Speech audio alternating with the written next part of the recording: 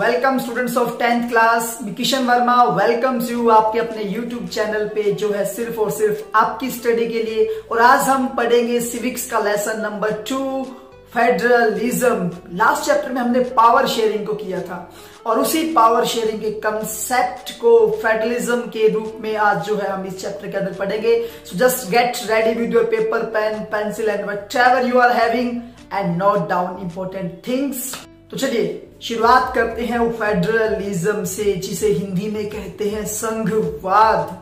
तो इसकी डेफिनेशन से आप समझेंगे कि आखिर फेडरलिज्म है क्या। लास्ट चैप्टर का नाम था पावर शेयरिंग, कि किस तरीके से जिन जिन कंट्री ने पावर को शेयर किया था वहां की गवर्नमेंट की स्टेबिलिटी कितनी शानदार बनी, और जिन जिन गवर्नमेंट्स ने पावर शेयर नहीं की वहां किस तरीके से सिविल वॉर जो था वो क्रिएट हुआ। सो Federalism is a system of government in which power is shared between or among central authority and various other constituents of the government। जहां पे पावर, जहां जो भी सत्ता का विभाजन है वो एक केंद्र सरकार और दूसरी जो यूनिट्स है कंट्री की उनके अंदर क्या की जाती है, शेयर की जाती है। That is federalism. Simple language में federalism is a system of government where power is shared, जहां शक्तियों का क्या किया जाता है, बंटवारा किया जाता है। अब इस कंसेप्ट को पूरी तरीके से हम इंडियन स्फीयर में, इंडियन कॉन्टेक्स्ट में जो है हम लोग पढ़ेंगे।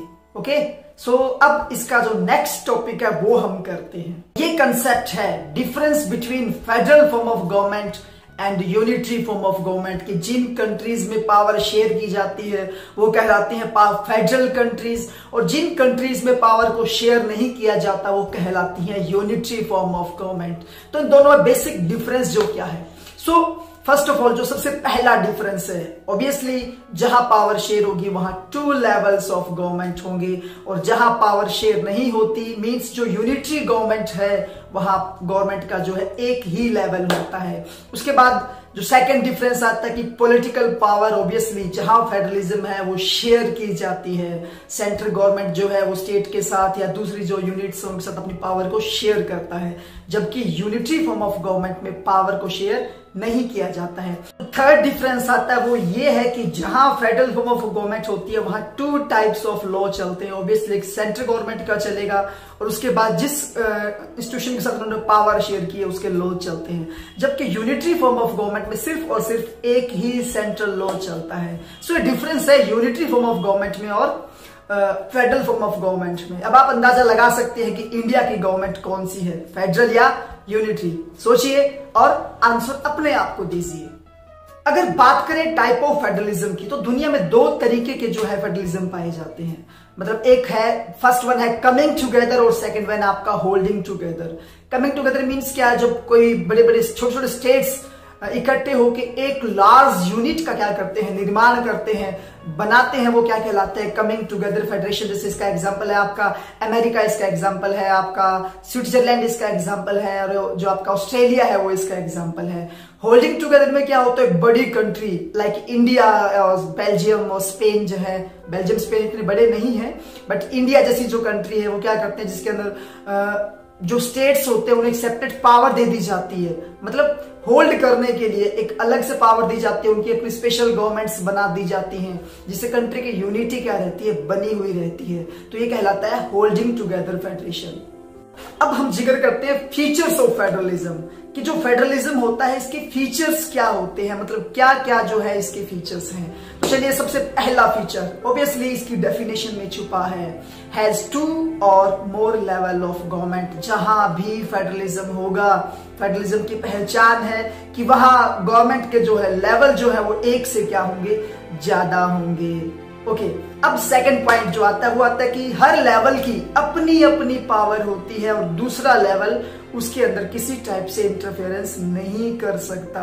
ऑब्वियसली पावर शेयर का मतलब है कि पावर मिली है आपको, और अब अगर उस पावर के अंदर जो क्या कहते हैं पंचायती कोई करेगा तो उस पावर का क्या काम। सो ये है सेकंड फीचर। थर्ड फीचर बात करते हैं कि एक रिटर्न कॉन्स्टिट्यूशन होता है। जहां भी फेडरलिज्म होगा वहां का संविधान लिखित तो होगा।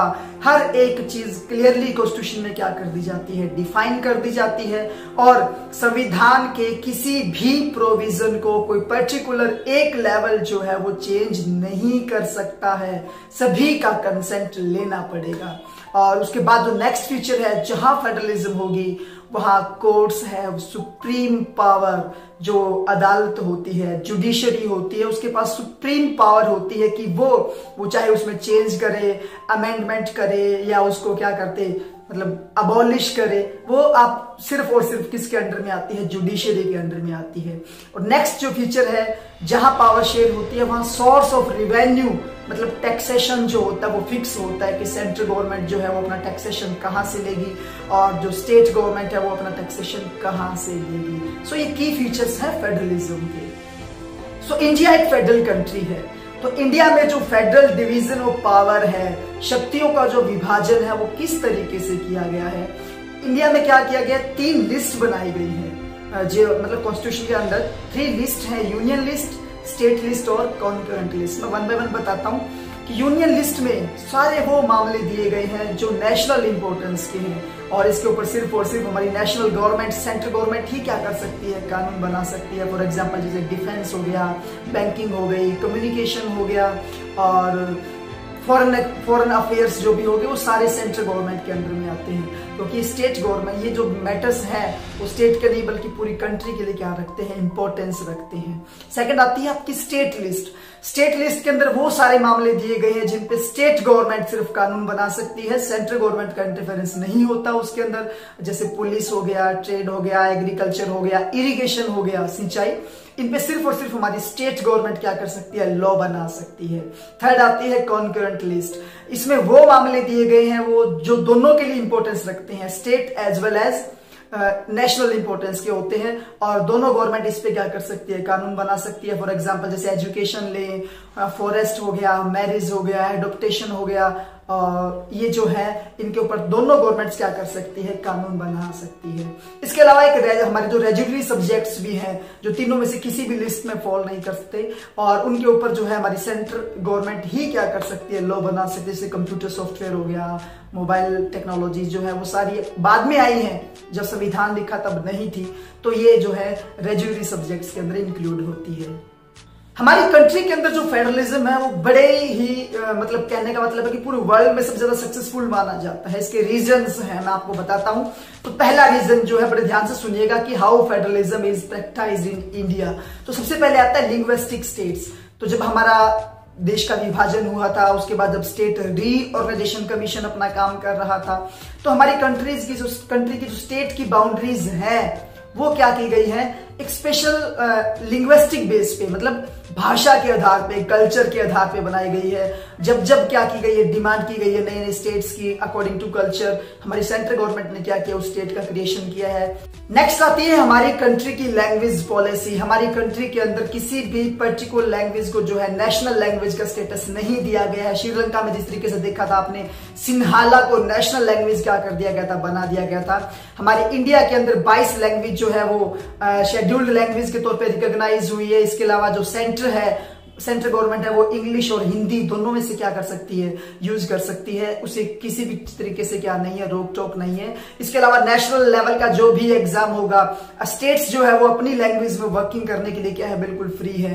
तो ये लैंग्वेज पॉलिसी जो है वो क्या करती है, हेल्प करती है best practice of federalism in India.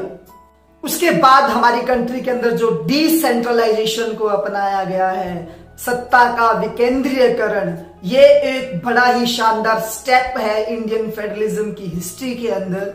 अब मैं बता दूं डिसेंट्रलाइजेशन क्या होता है, by giving power to local government. अब जो लोकल गवर्नमेंट्स होती है, जैसे पंचायत होगी, म्यूनिसिपैलिटीज होगी, नगर निगम हो गए, इनको जो पावर दी जाती है वो डिसेंट्रलाइजेशन कहलाती है। मैं आपको बता दूं हमारा 73rd जो संविधान संशोधन हुआ था 1993 के अंदर, उसने डिसेंट्रलाइजेशन को और अच्छी मजबूती दी है, क्योंकि इसके बाद सेपरेट स्टेट इलेक्शन कमीशन को बनाया गया, पंचायतों के चुनाव जो है वो क्या कर दिए गए, रेगुलर कर दिए गए, विमेन के लिए सीट्स क्या कर दी गई, रिजर्व कर दी गई, और इलेक्शन जो है वो मैंडेटरी कर दिए गए। और मतलब स्टेट इलेक्शन कमीशन पर्टिकुलर इनका क्या रखेगा, ध्यान रखेगा।